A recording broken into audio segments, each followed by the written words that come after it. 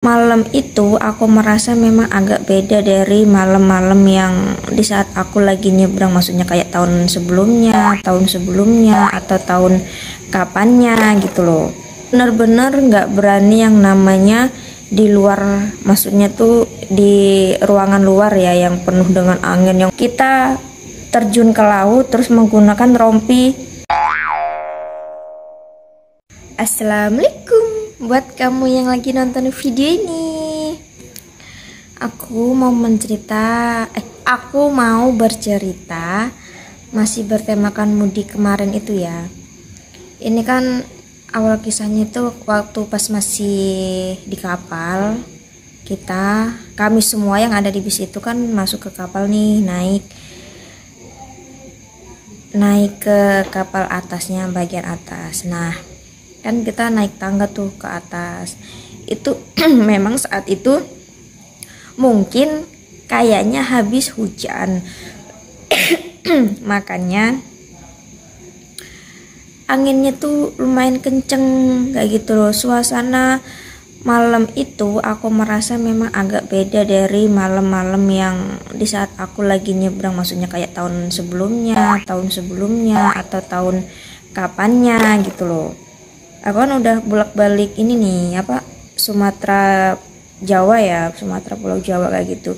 Nah, malam itu memang sedikit berbeda dalam penyeberangan ya, maksudnya tuh kayak dari segi air agak sedikit lebih bergoyang, anginnya kenceng kayak gitu. Cuman aku tetap ya berpikir positif aja. Buktinya orang yang ini, maksudnya bahasanya aku juga nggak tahu ya apa namanya, intinya orang yang bekerja di kapal pun buktinya mereka mengizinkan kita untuk naik di kapal tersebut untuk nyebrang, berarti mereka beranggapan dengan kondisi yang nyaman gitu kan ya. Jadi kan masuk nih dengan kondisi yang sedikit menurutku agak sedikit mengerikan gitu kan ya. Nah, karena posisi itu aku benar-benar nggak berani yang namanya di luar, maksudnya tuh di ruangan luar ya, yang penuh dengan angin, yang kempus malam kayak gitu kan. Karena kondisinya tuh malam kan ya kayaknya, kalau nggak salah. Kayaknya malam kok. Nah, kalau nggak malam subuh deh, lupa aku. Kalau nggak malam subuh deh, saat nyebrang itu lupa. Nah, jadi yang biasanya aku nyebrang Selat Sunda itu biasanya kan nggak pernah nunggu di bagian ruang tunggu atau di ruangan atau tempat peristirahatan, enggak. Aku pasti di luar sambil menikmatin angin laut, terus pemandangan kayak gitu loh. Tapi malam itu enggak, aku di ruang tunggu, masuk di situ.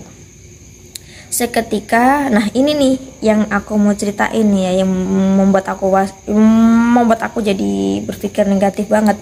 Seketika ada bapak-bapak, entah itu dia sebagai apa ya di kapal itu, menyuruh orang yang di luar kapal itu, yang ketip-ketip angin itu, menyuruh masuk ke ruang tunggu tempat aku berada di situ nih, tempat aku duduk di situ.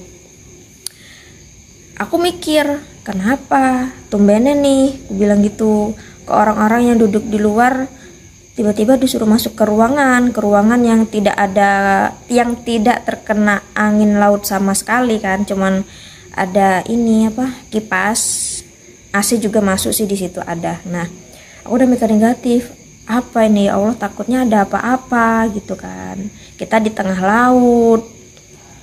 Seketika bapak itu mau bilang pembukaan kayak gitu loh, pembukaan kayak memberikan salam, memperkenalkan diri. Seketika bapak itu menjelaskan cara menggunakan yang kalau kapal lagi bahaya terus kita menggunakan yang kayak rompi selam, yang untuk kalau kita bahaya di kapal atau di pesawat, kita terjun ke laut terus menggunakan rompi laut itu loh, tahu kan ya pasti kan. Nah itu guys, aku langsung, ya Allah, ya Tuhanku, ya Allah, ya Allah, ya Allah, selamatkan hamba, ya Allah, selamatkan kita semua yang ada di sini. Tolong jauh-jauhkanlah musibah dari kami. Dan kondisi itu aku deg-degan, aku panik, mukaku udah kayak muka bingung, sampai aku mikir, tolong, tujuanku masih banyak, anakku masih kecil, aku belum membahagiakan orang tua. Pikiranku udah kacau saat itu. Di saat kenapa? Karena ini loh guys, aku bolak-balik ke Selat Sunda itu nggak pernah yang adanya tiba-tiba kok ada pegawai kapal memberitahu cara menggunakan atribut itu. Jadi kan aku mikirnya negatif, astagfirullahaladzim. Seketika dia menjelaskan seperti ini. Nah, tayangannya ini ya, tayangannya nanti aku tayangin. Itu membuat aku benar-benar panik. Aku sampai panas dingin di situ, ya Allah. Kadang aku mikir, apakah hari ini azal bakal menjemputku di sini? Aku sendirian, jauh dari keluarga, karena aku pulang Sumatera itu sendirian guys. Suamiku nggak ikut. Aku pulang ke Sumatera itu kan tujuannya untuk ini ya Pak, karena anakku kan dirawat di rumah sakit. Nah kayak gitu. Makanya udah pikiranku udah semrawut, anakku masuk rumah sakit. Seketika di kapal kok kayak gitu. Jadi Allah, ya Allah. Tapi buat kamu jangan khawatir ya, kalau di saat kondisi kayak yang aku ceritakan ini, itu ternyata memang sebenarnya dia itu ya salah satunya memang memberitahu, membuat kita hati-hati, waspada, jangan sampai terjadi amit-amit lah yang terjadi di kapal gitulah, intinya kayak gitu. Dia memberitahu kayak gitu loh guys, ya berpikir positif aja lah kayak gitu. Nanti bakal aku tayangin video bapak itu ya, aduh kenyang, bapak itu yang memberi tahu gimana cara memakai atribut tersebut.